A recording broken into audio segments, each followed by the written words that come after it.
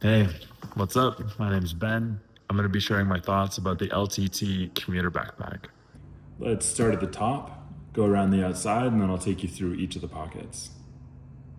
So, right off the bat, we got this recycled nylon exterior. We have straps, which include padding and a luggage strap as well for your carry-on. We have adjustable chest strap and at least some level of reinforcement. It seems like this is a bag that is made tough, which I appreciate. We have cargo straps here so you can attach things externally. And then on each side, you have a water bottle holder. Hidden in here as well is an extra carry pocket, which is always appreciated. Lots of thoughtful little designs on this one. Right in there, you'll see a secret pocket, which is RFID blocking, great for passports, ID, when you're traveling. So as we spin this bag around, we see these zippers. They are good quality. They do have some level of weather protection, and it's always appreciated, especially given this company is from the Pacific Northwest, well familiar with rain. Starting at the front here, you have a micro suede glasses compartment, relatively deep. It's definitely enough to hold more than just glasses, maybe 4 or 5 inches deep there. Very accessible. This whole bag has a very rigid feeling to it, so it holds its shape well. Let's get started opening up this front compartment. As you see, it opens up all the way, giving a lot of access, which is appreciated. Inside here, we have 2 main areas, right? So we have the main cargo area, packing cubes, device bags, that sort of thing, whether they're from LTT or even I've used Muji bags in bags like this. They're gonna be able to stack up. You can fit a sweatshirt, that sort of thing. It's a fairly decent size compartment, filling the entire void here. Then on this back wall, we have a number of smaller compartments. So we have zippered ones on the bottom. This is a bit of a false zipper, just entering into this pocket right here. And they describe that if you drop something into there, I suppose you can use it. This is one of those things where I don't fully get it. Like, it doesn't seem like it's really necessary. It adds visual clutter. This is just a standard mesh pocket right here. And then these ones are pen and just mid-sized pockets as well. This one here is magnetically closed, but I don't know. The fact that this isn't sewed or stopped or reinforced or anything, it just makes it feel weird to pull out. Just a small thing. Like, I would prefer that this magnet wasn't there, to be honest. It doesn't feel like it's adding much. This pocket goes all the way down. One of the tough things with this general area here is that the angle is weird. Like, let's say if I wanted to put a tablet there, let's say an iPad mini, it's gonna have to enter into this angle from here and then down. So even a smaller iPad like this, to fit it inside, you see you're sliding it in there and then inside here. So this, I can't understand exactly what this is for. If it's for notebooks, if it's for devices, anything that's gonna be tall enough to fill that up is gonna have to go on this weird angle. So that's one of the issues that I don't understand with this. I just don't like this pocket layout very much, just to be honest.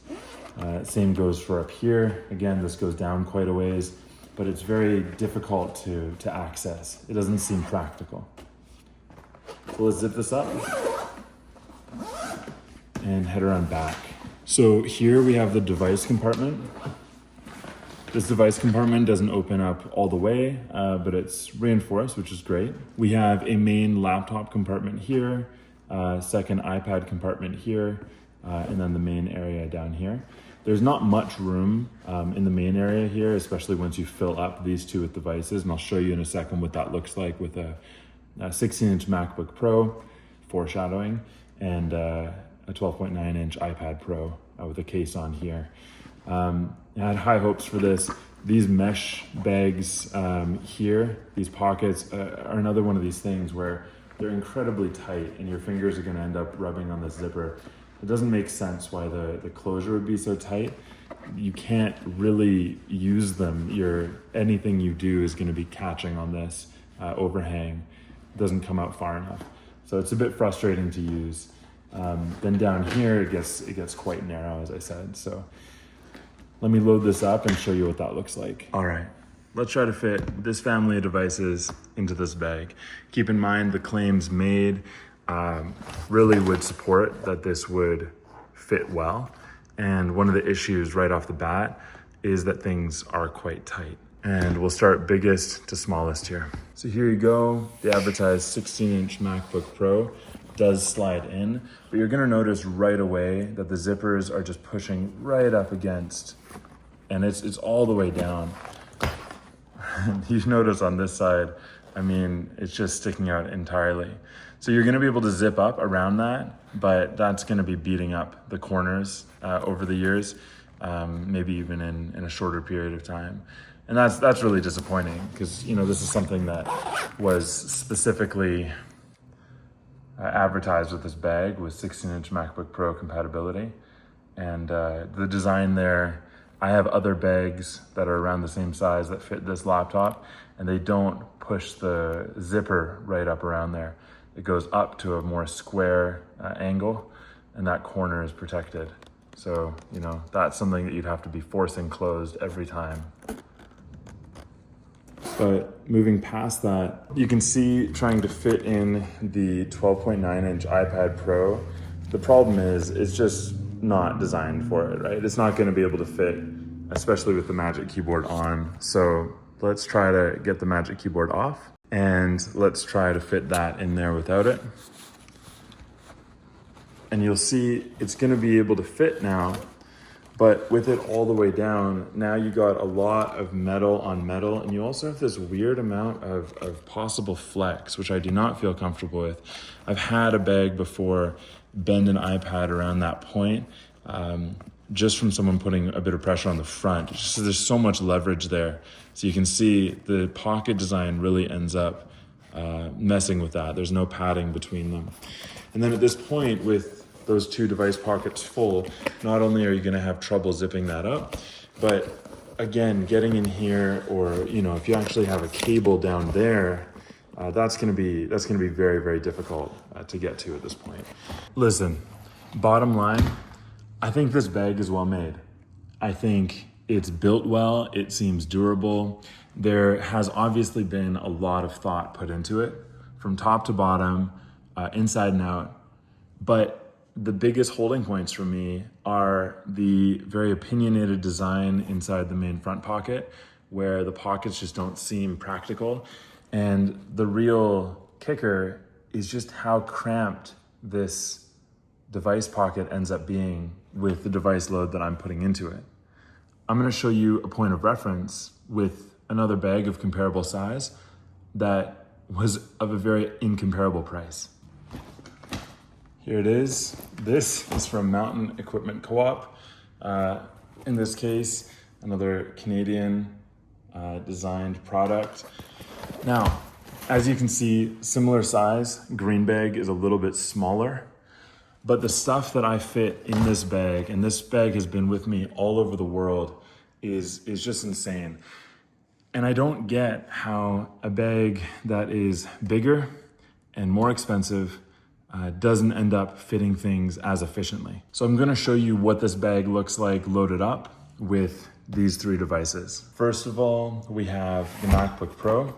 As you can see, with it in there, you're not worried about the zipper making contact with the laptop.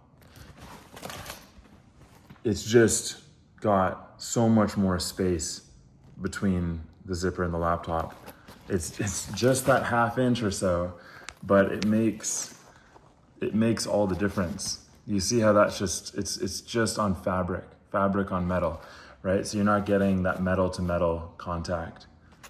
And zipping it up, you're just never gonna have that problem. And then inside the main pocket, we have in here a small microfiber pocket. I find that's great for a battery bank and an iPad. Now this main pocket, you can see here, 12.9-inch iPad Pro, very easily fits down inside of it. We have the iPad mini there. And this is not an empty backpack, right? So again, tons of room in that main pocket, lots of space. And I got lots of things in the front pocket. Got a travel mug, decks of cards, a raincoat, charging cables, all sorts of things, right? And you know what? This right here, this bag that has lasted me over a dozen countries and many years of use, over a decade now, it's $20. It's $20. There's a clearance rack, Mountain Equipment Co-op. And I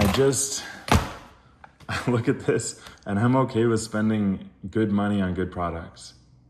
I'm okay with buying something of quality, something that has been well engineered, something that will serve me well for a long time. But this is not it. And I'm disappointed that it's not it.